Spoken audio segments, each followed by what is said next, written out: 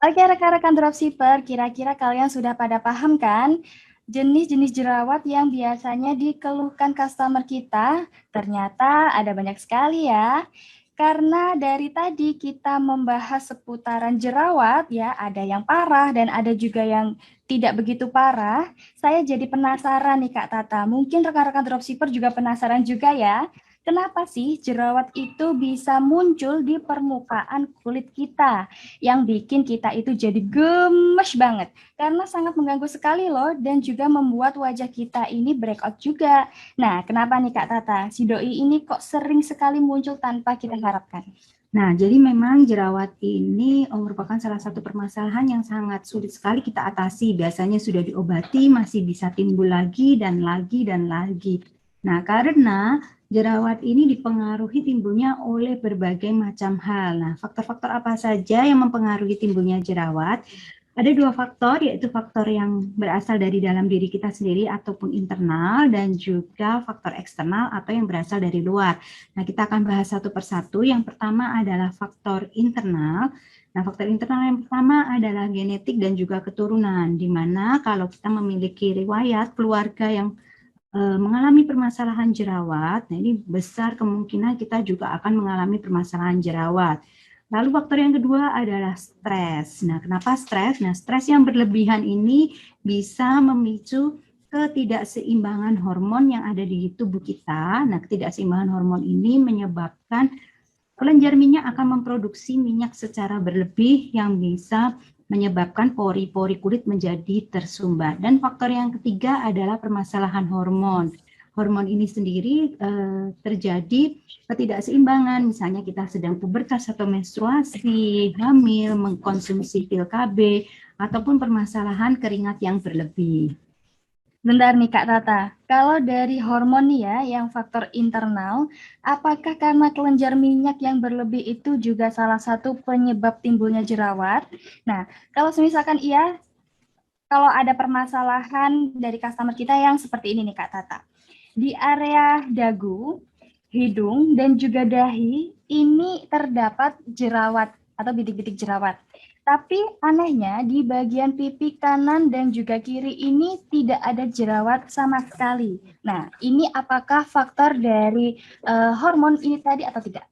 Nah, jadi yang ditanyakan Kak Dika ini untuk jerawat yang kita kategorikan adalah jerawat T-zone, di mana timbulnya hanya di daerah T, yaitu di dahi, hidung, dan juga dagu.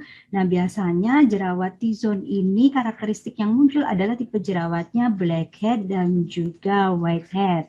Dan hanya muncul di daerah T, oleh karena itu kedua belah pipinya tidak memiliki jerawat. Nah, ini berbeda dengan jerawat hormonal. Kalau jerawat hormonal ini timbulnya jerawat dipengaruhi oleh ketidakseimbangan hormon. Nah, hormon apa saja yang bisa mempengaruhi? Yang pertama adalah hormon androgen. Nah, hormon androgen ini biasanya tidak seimbang dikala kita sedang mengkonsumsi pil KB ataupun menstruasi ataupun sedang dalam kondisi hamil. Nah, ketidakseimbangan hormon ini bisa memicu kelenjar minyak menjadi lebih aktif sehingga produksi minyak berlebih, dan kalau kita tidak sering membersihkan kulit sehingga terjadi penyumbatan dan timbul permasalahan jerawat. Lalu hormon yang kedua adalah hormon kortisol yang dipengaruhi oleh stres. Nah, ketidakseimbangannya sama akan mempengaruhi produksi minyak dari kelenjar minyak. Dan hormon yang ketiga adalah hormon testosteron. Nah, hormon testosteron ini sedikit unik karena biasanya permasalahan jerawatnya terjadi pada anak remaja dan khususnya di laki-laki.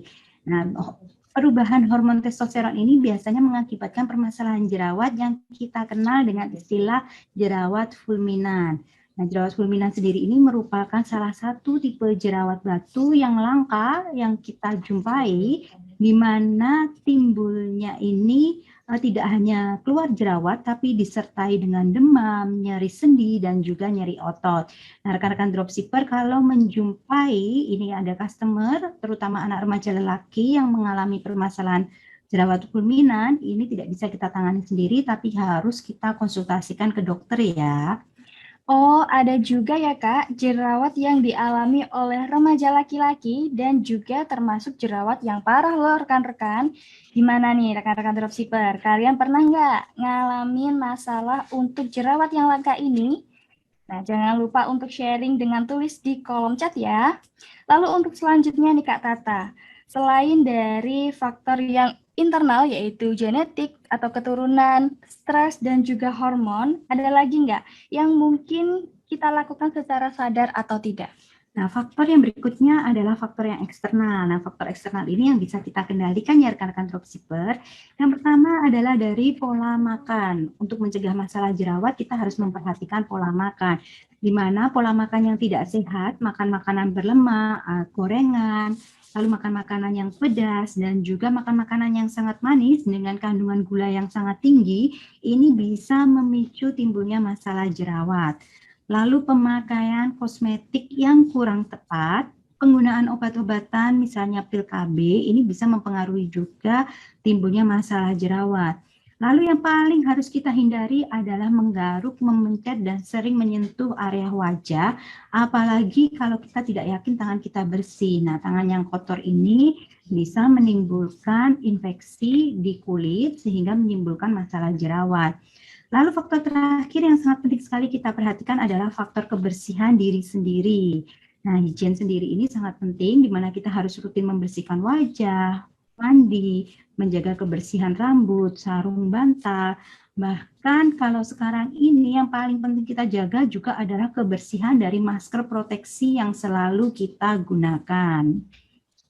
Benar banget nih Kak Tata, apalagi kita sekarang diwajibkan untuk selalu menggunakan masker setiap hari dan dalam keadaan apapun. Lalu efeknya yaitu muncul bintik-bintik jerawat di area yang tertutup oleh masker tersebut. Nah, siapa nih rekan-rekan dropshipper yang mengalami hal seperti ini? Pastinya hampir semuanya ya. Ini bisa terjadi karena kita tidak mengganti masker tersebut dalam waktu 1 hari. Jadi kulit kita ini lembab karena tertutup oleh masker sehingga bakteri akan mudah menempel dan terjadilah jerawat itu.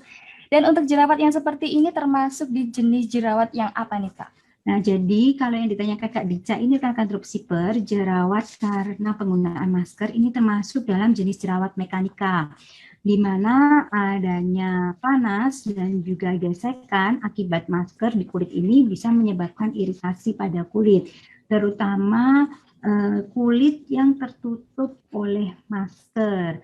Nah, gesekan dan panas yang berlebih di kulit ini juga menghasilkan lembab diikuti pori-pori yang tersumbat bisa menyebabkan adanya infeksi bakteri, sehingga sangat mungkin sekali timbulnya jerawat di area yang bermasker. Oleh karena itu, kita harus memastikan menjaga kebersihan kulit untuk terutama daerah yang tertutup oleh masker. Nah, pastikan juga kita menjaga kebersihan masker proteksi dengan menggantinya setiap 4 jam sekali. Jangan sampai masker sudah dalam keadaan kotor, tapi masih terus kita gunakan ya rekan-rekan dropshipper. Nah, tidak hanya masker saja, semisal kita habis berolahraga ini, keringat kita banyak. Nah, ini kita juga harus segera mengganti baju kita yang basah oleh keringat dengan baju yang kering ataupun segera mandi supaya tidak menimbulkan masalah jerawat. Oke, rekan-rekan dropshipper, seru sekali ya. Kita hari ini banyak sekali ilmu yang didapat mengenai hal-hal yang sering menjadi musuh seseorang, yaitu jerawat. Dan pastinya kalian juga semakin paham dong ya, jerawat apa saja tadi, beserta penyebabnya. Nah, sekarang yang akan kita bahas ini adalah tips-tipsnya nih Kak Tata, supaya kulit kita ini selalu bersih dan sehat itu bagaimana? Nah, jadi untuk mencegah timbulnya masalah jerawat, ini kita harus melakukan langkah-langkah pencegahan. Nah, tentu saja untuk mengatasi masalah jerawat sendiri, kita harus membagi menjadi 3 tahapan. Nah, ini kita sesuaikan dengan tingkatan jerawat yang kita alami. Beda tahapan, beda cara penanganannya. Nah, yang pertama adalah tingkatan jerawat dengan permasalahan ringan, di mana timbulnya adalah biasanya papula kecil, blackhead, dan juga whitehead ataupun milia. Nah, untuk jerawat yang ringan ini masih bisa diatasi dengan obat-obatan yang dijual di pasaran ataupun dengan kosmetik, dan kita masih bisa mengatasinya sendiri. Lalu untuk jerawat yang sudah tipe sedang, sudah timbul papula, pustula, blackhead, dan juga whitehead, biasanya sudah ada peradangan ringan. Dan biasanya tidak hanya terjadi di sekitar wajah saja, tapi sudah mulai keluar dari daerah wajah. Misalnya timbul ada di leher, ataupun di dada. Nah, untuk rekan-rekan dropshipper yang memiliki customer dengan permasalahan jerawat tingkat sedang, ini tidak hanya penggunaan rangkaian kosmetik dan obat-obatan saja yang digunakan, tetapi sudah harus mengunjungi dokter ataupun salon kecantikan profesional untuk membantu menangani masalah jerawat yang muncul, terutama jerawat yang sudah mengalami inflamasi. Lalu tipe yang ketiga adalah jerawat yang parah. Nah, untuk jerawat yang parah sendiri ini sudah timbul nodul dan juga jerawat batu atau jerawat kistik.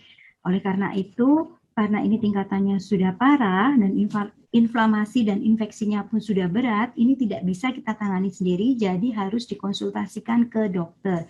Karena tipe jerawat yang parah ini paling mungkin menimbulkan luka dan juga hiperpigmentasi setelah timbulnya jerawat. Benar banget tuh rekan-rekan, jerawat itu bisa berkembang kalau kita tidak memperhatikan hal-hal yang membuat jerawat itu bisa muncul loh. Nah, untuk pencegahannya nih Kak Tata, bagaimana? Nah, jadi untuk cara mencegahnya, jadi jerawat ini misalnya kita alami pertama kali adalah yang tipe ringan. Nah, ini tidak menutup kemungkinan kalau kita tidak mencegah dan merawat, jerawat ini bisa berkembang sampai ke tipe yang parah. Oleh karena itu, sedini mungkin kita harus mencegah dan juga merawat jerawat yang timbul. Caranya adalah dengan rajin membersihkan wajah 3 kali sehari, 2 sampai dengan 3 kali sehari, yaitu pada saat pagi, siang, dan yang terpenting adalah malam sebelum tidur. Dan untuk langkah pembersihannya adalah menggunakan 3 langkah, yaitu menggunakan big cleanser, face toner, dan juga facial foam.